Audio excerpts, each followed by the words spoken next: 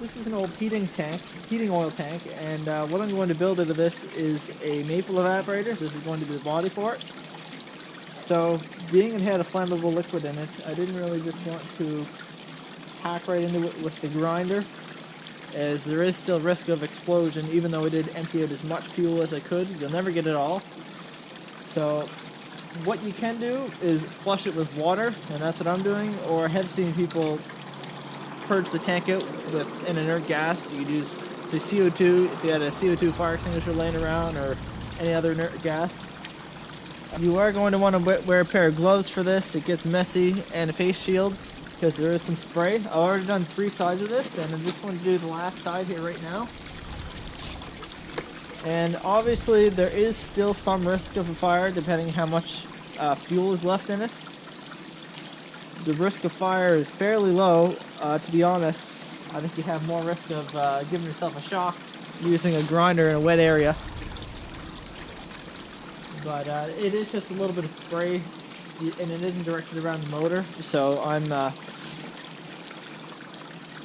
I'm brave enough to use it.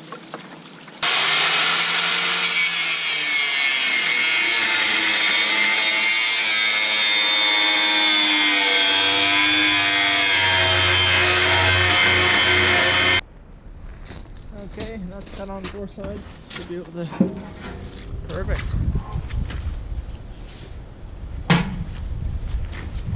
Alright. That's the easy part done. Okay, so this here pan, this is the beginning of my maple evaporator that I'm going to build. So I got this pan pre-made. It's just 3 or 4 stainless. And the first thing I need to do to it is put a bung in it. So I have these little well, these are 316 alloy, but you can still weld the 304 obviously. And I'm going to make a bung out of this, so I'll just cut it on the lathe to probably about halfway and cut a little bit of a ridge on it so I can fit it in the recess inside the hole and weld it up. I'm just going to use this as a guide for center punching right now. Position it where I want it. Fairly close.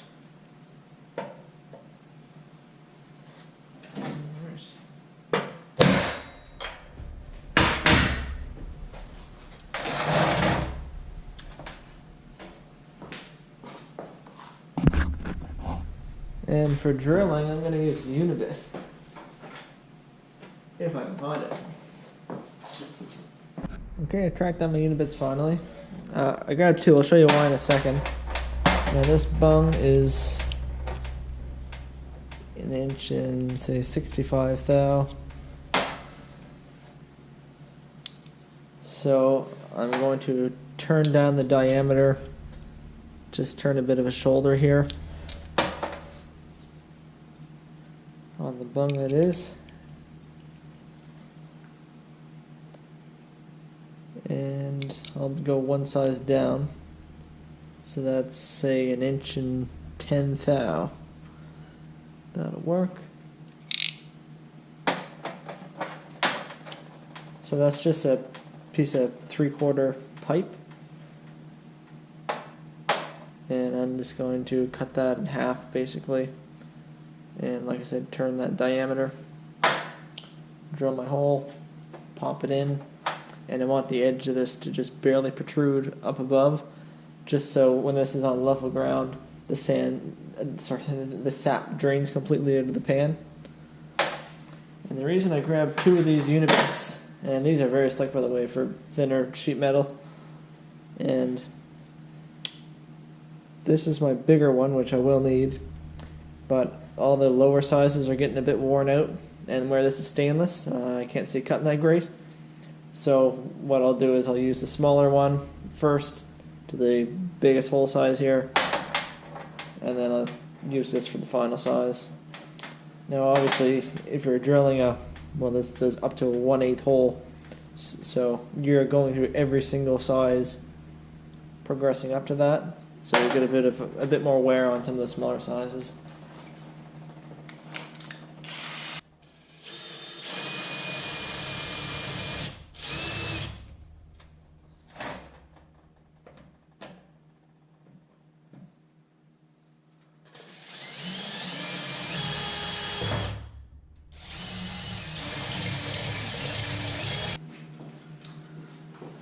Alright, I got a bit of lube here. That's how this was sparking, so give my unit a bit of fighting chance to cut another hole.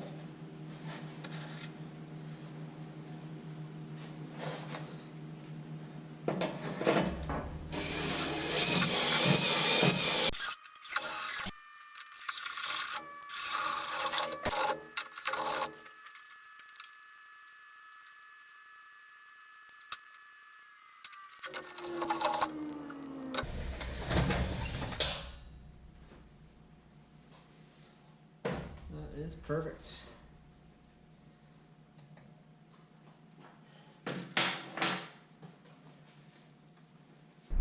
Okay, that's ready to turn down the size now.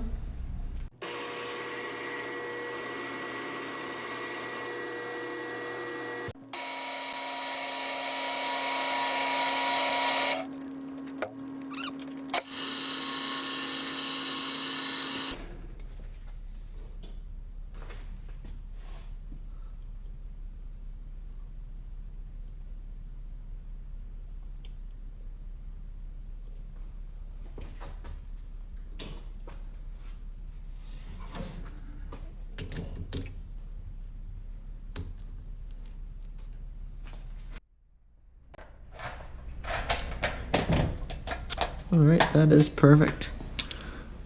And that sap will flow out completely. There's no ridge there, so I'll just run a nice little bead around this. And that'll be it for the pan. Also, if you want an even half decent weld on stainless, you'll want to purge the back side of it. So all I did was stick a piece of aluminum foil, foil tape on the back side, and stuck my argon hose in that, and I just have about a 1/4 inch space in beneath this piece of metal, and that'll be plenty good for purging this out once I have my fitting on. So this is all clean with the wire wheel as well as clean with acetone. So now we're ready to weld. Okay, don't laugh at my regulator setup that I have here. Unfortunately, I don't have a dual flow meter, so you gotta use what you got. I have a single braided stainless hose coming out of the flow meter. So this gauge unfortunately is going to measure my torch and my purge flow. Okay, I just filled up the pan with water. It's up, well, this isn't exactly level ground, but on that side it's about 1 inch from the top, and on the near side it's probably 1.5 inches, 1 3/4. So that's most of the way up the pan. I won't even ever have this much sap in it, because you want a good inch or maybe even 2 inches from the top just so you have boil off room and it doesn't boil over the edge. So that's more than I'll ever have in the pan. And just checking for leaks here now. I just filled the pan and there isn't anything on the corners or on that fitting yet, so I'll come back tomorrow and hopefully there's still nothing. Okay, today is the next day, and sure enough I do have a little bit of a leak. Looks like the water's coming just on this side of the bead right here. And with water it really isn't that big of a deal, but being it's going to be maple sap and the water boils out of it, it'll leave behind sap deposits. So I'm not too excited about that. So I will fix this. I might just try to just heat this up and run a puddle along this edge. Yeah, I decided just to create a autogenous weld here right around the edge of that fitting. The idea is just to keep the pan nice and flat so I won't have any sap sit in the bottom, even though it is slightly warped upwards to the hole. So why not make that any worse? But I don't want to add any filler while I do that. Alright, I apologize for not being able to film that weld, but as you can see it was in the corner. I could barely fit my head and torch in here, let alone the camera. So that's the finished product. Hopefully it'll hold water. Okay, you can see I've got these welds cleaned up just with the wire wheel, just to break up the heavy oxidization for the final finishing. And what I'm using now is a Scotch-Brite pad. I can't remember exactly what grade this is, but it's different than the fine grade. This is actually embedded in, it has silicon carbide particles in it, so it has a lot more cut. It's actually designed for finishing stainless steel to give you that nice brush finish. So I'll use this on the welds, and I'm also going to use it on the whole pan, just to get a nice even brush kind of finish. And then the final step after this will be the passivation, which I'll show you how to do that with nitric acid. Okay, I'm ready for the last step here now, and that is the passivation. So what this does is removes any of the free iron, and it's just kind of a last defense against any corrosion starting to set in. So I have some nitric acid here, and I was just looking for like an industrial quality, but believe it or not, all I could get was the ACS, like the laboratory grade. So it's concentrated, and it's actually quite cheap, 2.5 liters, which is the smallest quantity I could get for $42. But it is kind of a controlled substance, so it might be hard for you to get your hands on. And I just pre-measured up some water. I'm going to mix it at about a 20%. So you always want to put your acid into water. And the reason for that is some acids are highly reactive, and as soon as the water hits it, the water will start to boil. So I'm just going to measure out a small quantity here.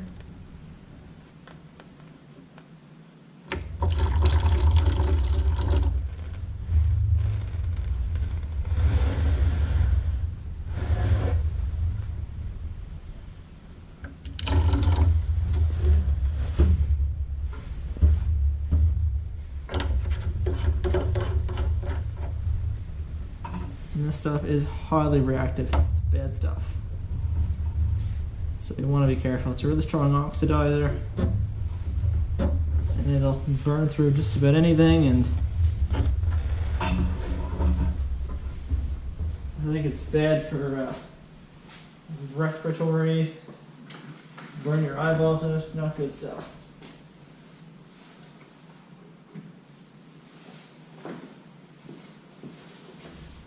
Okay. You can see a little bit of smoke coming off it there too. Okay. Okay, this is the first corner now. So I'm just going to brush it on and let it sit on here for a few minutes. And I'll agitate it a little bit as well.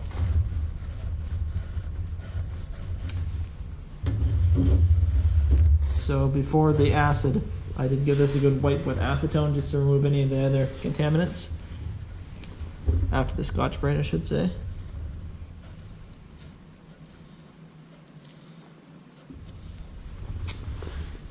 And just acid alone is not enough to remove the heat affected zone, so you have to remove that by mechanical means first. Whether it's grinding it away or brushing.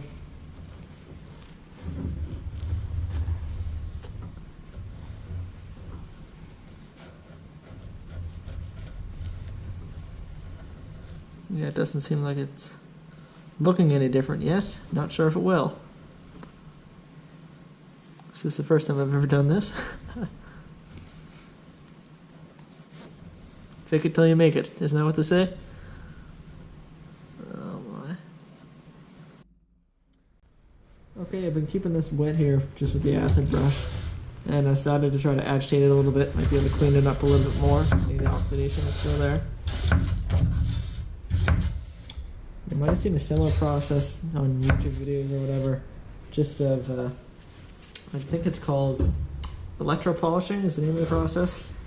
And for that they use a brush connected to a power source and also an acid. And that, well, this is basically the chemical portion of that process, but that'll get rid of your heat affected zone completely. So you can just run the brush along, and it's just like a soft bristle brush, not like a coarse wire brush, and it'll pull the oxides right off, take some pretty heavy contamination off.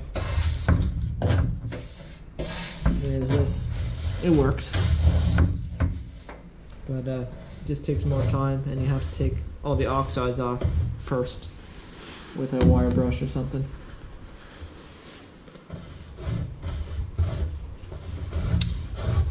Looks like they have cleaned up a little bit.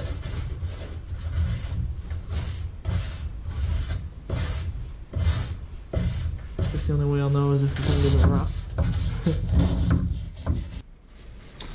Okay, I just sprayed these down with water. Now I'll just give it a final wipe.